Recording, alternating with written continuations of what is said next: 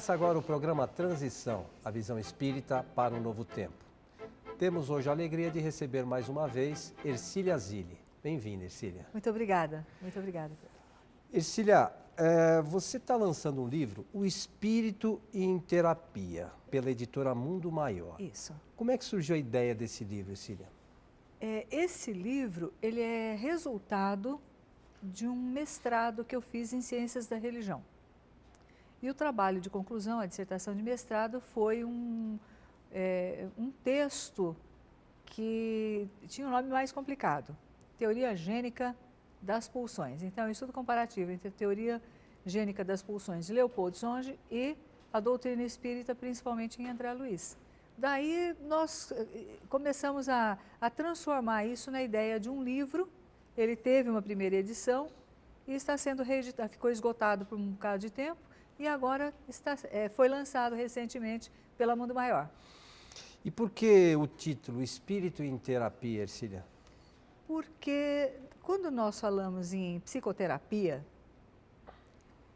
nós estamos... Quem é o cliente? Um corpo que vai acabar um dia ou aquilo que sobrevive, aprende, se corrige e evolui eternamente, que é o espírito. Então, na realidade, o cliente é o espírito. Quem faz a psicoterapia é o espírito. É esse processo que é interessante, que a psicologia ela surgiu quase ao mesmo tempo que a doutrina espírita. E as duas abordagens propõem autoconhecimento. Propõem autoconhecimento e correção daquilo que não está bem, daquilo que incomoda de alguma forma. Então, e daquilo que também não precisa... hoje a gente trabalha muito em caráter preventivo. Então, aquilo que pode ser melhor, mais produtivo, mais satisfatório, como é que nós podemos até sofrer menos. Então, o título é esse, O Espírito em Terapia, por conta disso. E ele aborda hereditariedade, destino, fé. Qual a relação entre esses aspectos, Ercília? Então, a hereditariedade, se nós buscarmos nas obras da doutrina espírita, tanto no Livro dos Espíritos, né, em Kardec, ou se nós buscarmos em André Luiz e Emmanuel, nós vamos encontrar muitas referências à importância da hereditariedade, né? Então, André Luiz, em 1958, fala de uma hereditariedade psicológica, num momento em que a ciência convencional não sabia nada disso, né? Então, começava ali um processo interessante de abordar a própria questão da genética, né? Então, a doutrina, eu acho que começou antes até da ciência a abordar a questão da genética, da hereditariedade e desses fatores que são os nossos instintos, que são as nossas tendências. Tudo isso já estava na doutrina espírita e a ciência gradativamente está tendo esse encaminhamento. Quando a gente fala de destino, então esse é o aspecto da hereditariedade. Quando a gente fala em destino, nós estamos falando de fato no que nós viemos fazer aqui. Não de uma maneira fatalista, porque tampouco a hereditariedade ela é fatalista. Ela empurra, ela gera tendências, ela mostra possibilidades de escolha, mas não fatalismo, tem que ser assim. Eu posso não ter como mudar a cor dos meus olhos, o meu tipo físico, mas nas escolhas da vida eu tenho como exercer a minha vontade. Então, quando a gente fala de destino, é justamente esse eixo da existência.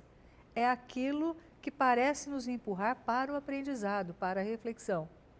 Às vezes o sofrimento é que nos leva para isso, mas pode ser a observação. E acho que quanto mais nós nos encaminharmos para o mundo de regeneração, para uma evolução menos sofrida, mais consciente de o que eu quero, como é que eu estabeleço metas de crescimento, eu acho que nós vamos trabalhar mais em caráter preventivo com base na observação. Então, o destino, na abordagem zondiana, é o conjunto de possibilidades herdadas e livremente elegíveis para esta existência.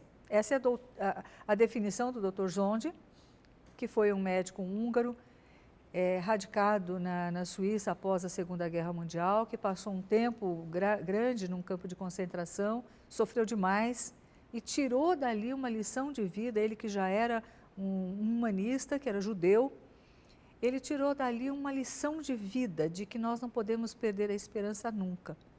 Mas esperança em quê? No ser humano. O Dr. Zonde tinha um profundo amor, uma grande esperança no ser humano. E a psicologia é isso. É uma pessoa chegar muitas vezes numa situação muito difícil, onde nem ela acredita em si própria, e se deparar com um profissional, um psicólogo, que acredita que ali tem conteúdo para ela reverter a situação. Então, na realidade, a psicologia é o exercício da esperança, no meu entendimento. E a doutrina espírita fala de reforma íntima. Também são dois conceitos profundamente intrincados, né? Profundamente semelhantes. Então, quando nós falamos em intestino, como é que nós estamos realizando as nossas escolhas? Eu estou escolhendo bem, com base na minha autoestima? Eu estou escolhendo impulsivamente? Eu estou escolhendo de fato, ou eu estou me deixando levar por questões não resolvidas? Normalmente a gente vai levando aquilo que o Zonde chama de destino coercitivo, ou seja, eu nem sei o que me move, eu nem sei o que me leva a fazer determinadas atitudes, a tomar determinadas decisões. Quando eu começo a prestar atenção na conversa, na conversa da reencarnação, na conversa do destino, eu começo a buscar, não preciso abdicar do prazer, mas ele não vai ser mais o fator determinante. Eu começo a buscar satisfação e, num outro momento, realização. E, às vezes, a realização é dizer não para o meu impulso, mas para algo que, de fato, me dê uma sensação de realização que é muito mais ampla, né? Então, a hereditariedade, o destino e a fé. A fé, o que é isso? A fé é jogar para o futuro. Mesmo quando eu me refiro ao passado, a fé me faz olhar para o que aconteceu no passado ou no presente e direcionar para o futuro. Quer dizer, como é que eu vou lidar com as consequências disso? Consequência é futuro, né? Então, eu começo a pensar em algo que dê sentido, em significado. Jung e outros autores sempre fizeram referência que não se vive uma vida sem significado. Se a gente não tem um objetivo na vida, não sabe por que vive, fica muito complicado ter realização. E o espírito veio para ter realização, veio para ter conquistas. A fé, aí fala assim, mas eu não tenho religião. Nós associamos religião e fé. Mas e o ecologista? E aquela pessoa que planta uma árvore que vai demorar 7, 8, 10, 20 anos para produzir? A pessoa pode não viver esse tempo todo. Quando ela plantou, ela não se preocupou com isso. Ela jogou para o futuro. Talvez ela não se sente nunca à sombra daquela árvore, mas ela vai oferecer aquela sombra para alguém. Então, ele jogou para o futuro, ele plantou para um tempo em que talvez ele não esteja mais aqui. Então, a ecologia é realmente um movimento para o futuro. Então, ele é um movimento transcendente. E os frutos também, da árvore, frutos, que às vezes a gente não come, colhe. não colhe, né? Exato. Eu acho que é importante também as pessoas, outros poderão colher esses frutos, né? Isso é transcendência, é jogar para o futuro. É você montar uma obra e não necessariamente, não adianta desanimar, porque talvez ela tenha que dar frutos daqui a 10, 20 anos, mas um dia ela vai produzir. Então, a nossa tarefa é jogar sementes. Claro, vamos escolher o melhor terreno possível, a melhor semente possível, mas talvez a gente não veja o fruto. Isso está relacionado ao conceito de fé, é acreditar no futuro. Ercília, essa questão, por exemplo, de reencarnação e hereditariedade, às vezes não é meio estranho, porque você traz, na hereditariedade, você traz no seu corpo algumas semelhanças com os pais e tal. E a reencarnação é um espírito diferente que às vezes não tem muito a ver com essa questão da hereditariedade. Como é que a gente pode ver isso, Ercília? A hereditariedade, vamos pensar assim, a pessoa vai reencarnar no Brasil em 1900 e tanto, 2000. Então ela vai encontrar uma situação social, ela vai encontrar uma situação cultural, ela vai encontrar um clima, ela vai precisar de tendências, e aí nós já estamos na hereditariedade.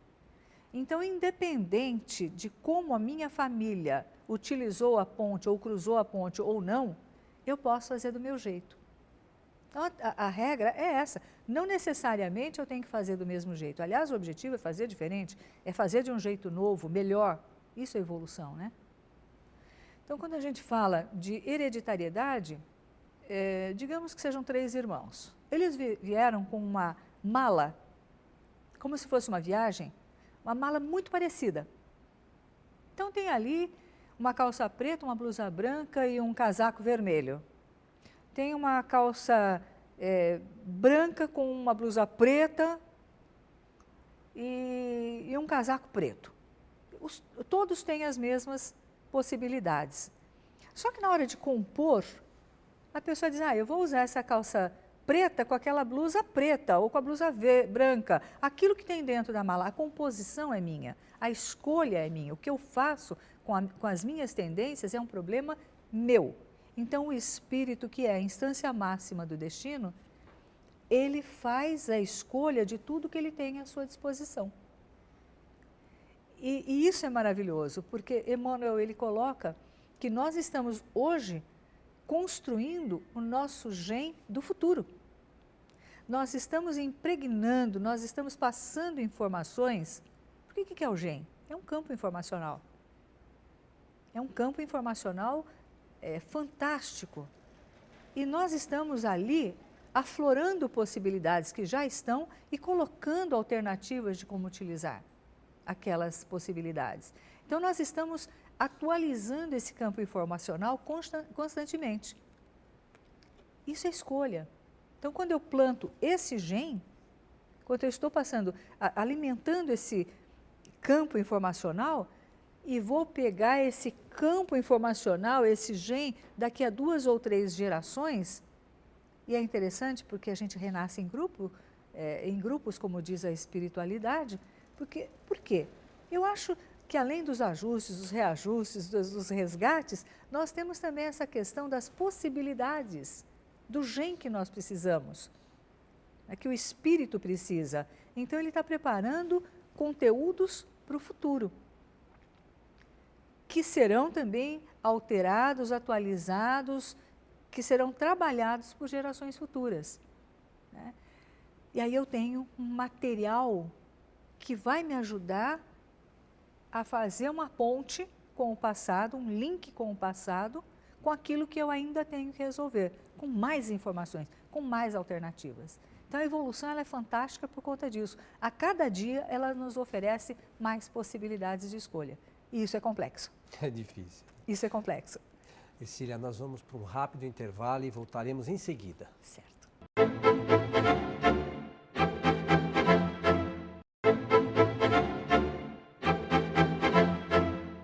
Estamos de volta com o programa Transição, a visão espírita para um novo tempo. Hoje com Ercília Zilli, falando a respeito do seu mais recente lançamento, o livro O Espírito em Terapia.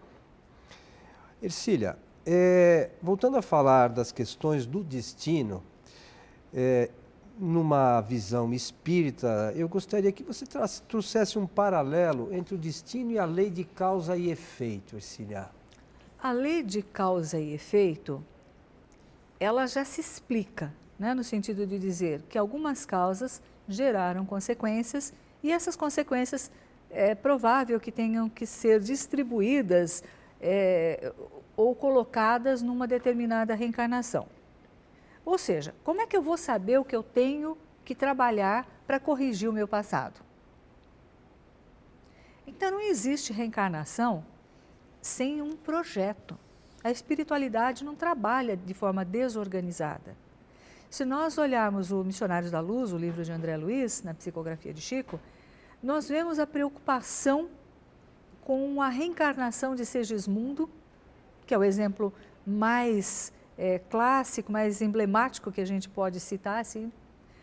E nós vemos ali a preocupação com os mapas cromossômicos, Alexandre andando com aquilo para lá e para cá, e a importância do sangue, dos ascendentes genéticos, hereditários, enfim, tem toda uma complexidade, o gen do caráter, imagina isso, naqueles tempos ela é engenho do caráter. Então isso gera um projeto, que é o projeto reencarnatório. Aquilo que nós precisamos aprender e que nós já temos condição de realizar. Isso é fantástico, porque não existe reencarnação fadada ao fracasso. Nós não viemos para fracassar. Nós viemos para ter sucesso na nossa empreitada. Agora, sucesso não é ser mais bonito, ser mais rico, mas é dar conta das nossas provas de evolução. Segundo as condições que a gente enfrenta, né? Segundo as condições que nós enfrentamos e que já foram propostas e definidas no projeto reencarnatório. É que a maioria das vezes a gente reclama das condições, sim. Mas normalmente, segundo as informações dos espíritos, na maioria dos casos, somos nós que pedimos essa condição, não é isso? Somos nós que pedimos, ou sugerimos, ou acatamos sugestões. Porque também os benfeitores dizem que nós chegamos lá, né? Não, pode botar mais isso e ponha mais aquilo, eu vou fazer uma reencarnação maravilhosa e me dê isso, mais aquilo. E eles dizem, menos, menos. Por quê? Porque são experientes. E mais vale a pena nós voltarmos com algumas conquistas do que chegarmos com muitas alternativas, com muitas propostas e não darmos conta de nada. Então, a espiritualidade ela é muito amorosa e muito cuidadosa nisso. Então, nos auxilia num projeto reencarnatório. Neste momento, quem está por aqui tem projeto reencarnatório. Todos? Todos. Sem exceção. Segismundo, que era um ex-assassino, teve toda a ajuda, toda a intercessão, todo o serviço intercessório, porque a maior parte de pessoas que têm boa vontade. Então, o que precisa é a pessoa começar a prestar atenção no que a vida está mostrando. Tá. E Ercília, agora, sobre a questão da fé, o que pode auxiliar a fé nos nossos processos terapêuticos?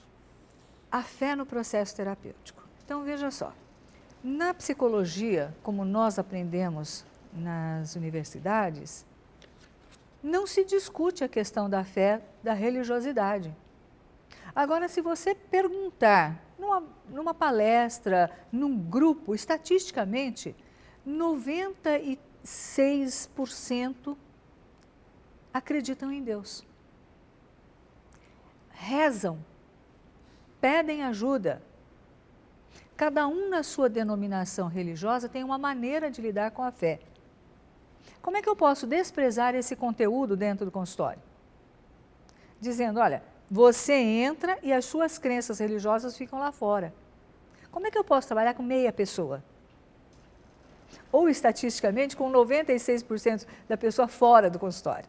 Você trabalha dentro da crença, da cultura, daquilo que é importante para a pessoa. Então, a fé, ela precisa ser integrada. E não dito, olha, isso é um assunto que você vai trabalhar na sua igreja. Isso aqui se resolve no centro espírita.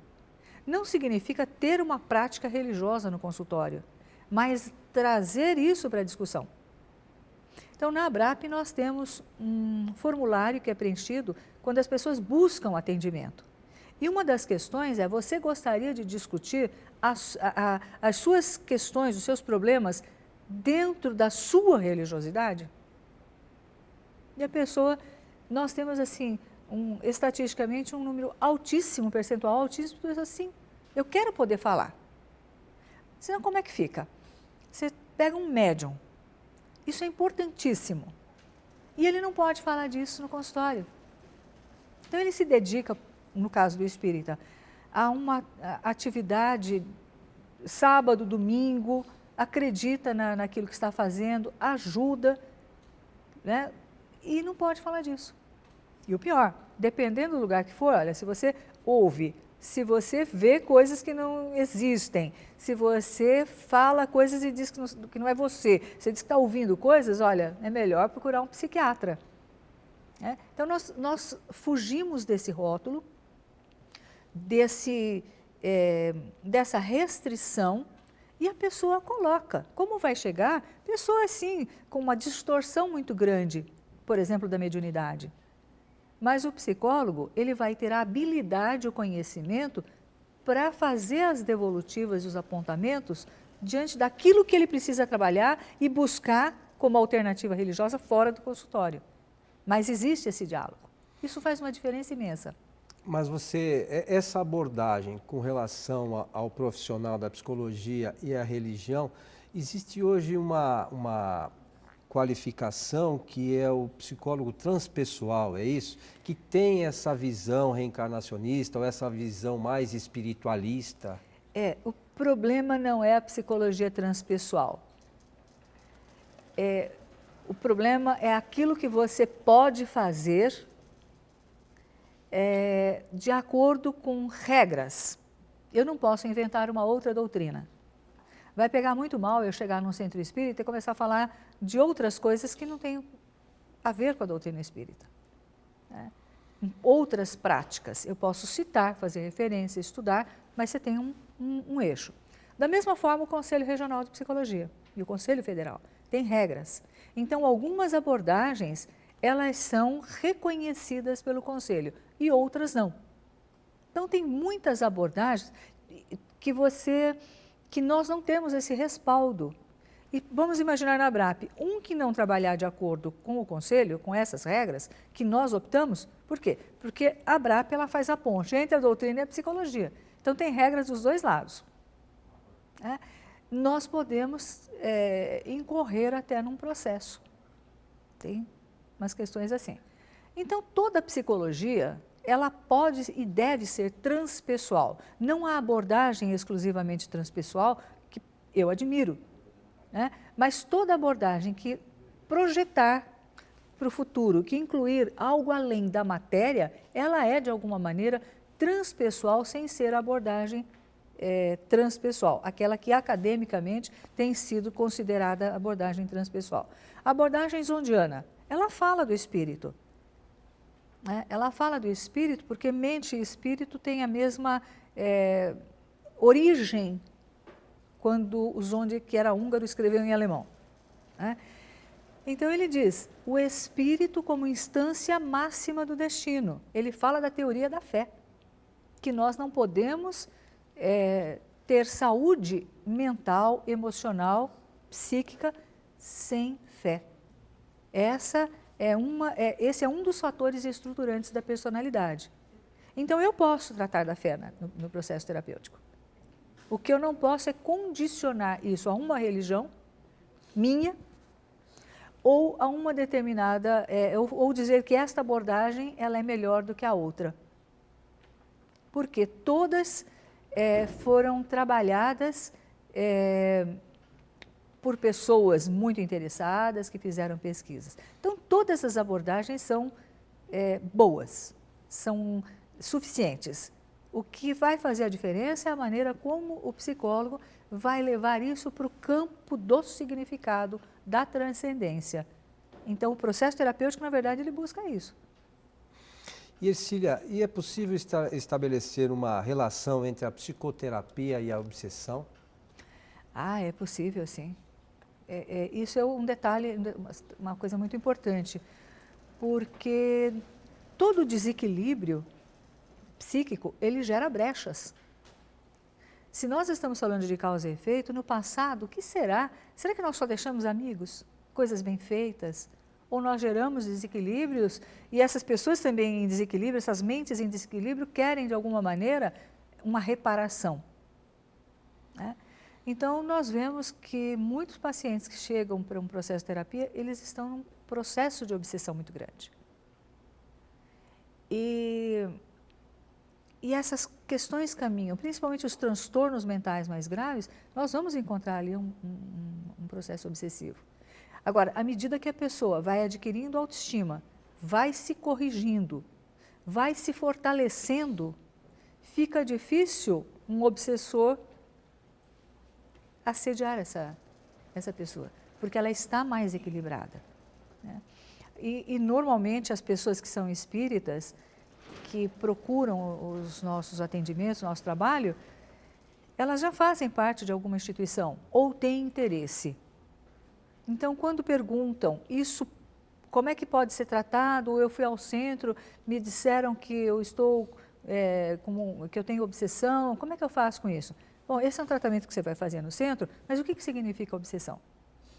Né? E aí nós começamos a entender a partir daquela pessoa e a colocar dados de reflexão. O fato é que a pessoa se fortalecendo, tendo autoestima, reconhecendo o erro, mas não parando na culpa, porque a culpa não leva a nada, o que resolve é a solução do problema. Eu ficar me lamentando a minha vida inteira porque cometi um erro num determinado momento da vida e eu não progredi. Eu tenho que pegar aquele erro, aquela culpa daquele momento e transformar em ação de reparação, né? de crescimento, essa coisa toda. Então, dentro uma psicoterapia, embora não tenha essa visão, né, nem esse objetivo, ela também é um fator que pode contribuir num processo de desobsessão. Da mesma forma que o Centro Espírita colabora e muito para que aquela pessoa, sem uma entidade ou algumas entidades, possa por si própria começar o seu processo de reflexão. Então é interessante como as coisas podem caminhar de mãos dadas, de forma integrada. Bom, Ercília, nós estamos chegando ao final do nosso programa. Você citou algumas vezes a ABRAP, né? Nós já falamos em outras ocasiões, mas tem pessoas que estão assistindo nosso programa pela primeira vez. Exatamente. Eu queria que você explicasse o que é a ABRAP. A ABRAP é a Associação Brasileira de Psicólogos Espíritas. Ela tem como objetivo estudar os pontos de convergência entre a doutrina espírita e as abordagens da psicologia, então, entre a psicologia e a doutrina espírita, e transformar isso em atendimento social, né? Então, nós atendemos pessoas carentes. Quando a pessoa não se enquadra no atendimento daquele que não tem condições financeiras, que é o objetivo do nosso voluntariado, em parceria com as instituições espíritas que nos reservam um espaço para o atendimento e nos fazem indicação. Então, essas outras pessoas que não se enquadram, nós temos um programa de contrapartida. Nós indicamos para os psicólogos da ABRAP no seu trabalho profissional, independente do voluntariado. Mas fazemos um acerto antes. Se for sócio da ABRAP ou do Clube Amigos da Boa Nova, tem um valor muito acessível para fazer a psicoterapia. Então, nós temos grupos de estudos, nós damos supervisão para os psicólogos, tudo isso faz parte do nosso objetivo. E as supervisões são discutidas tanto no campo acadêmico, como nas questões espirituais, para que haja o entendimento daquilo que foi a sua primeira pergunta: quem é o cliente? Que é o espírito. Tá ótimo. Ercília, nossos agradecimentos a você. Eu é que agradeço.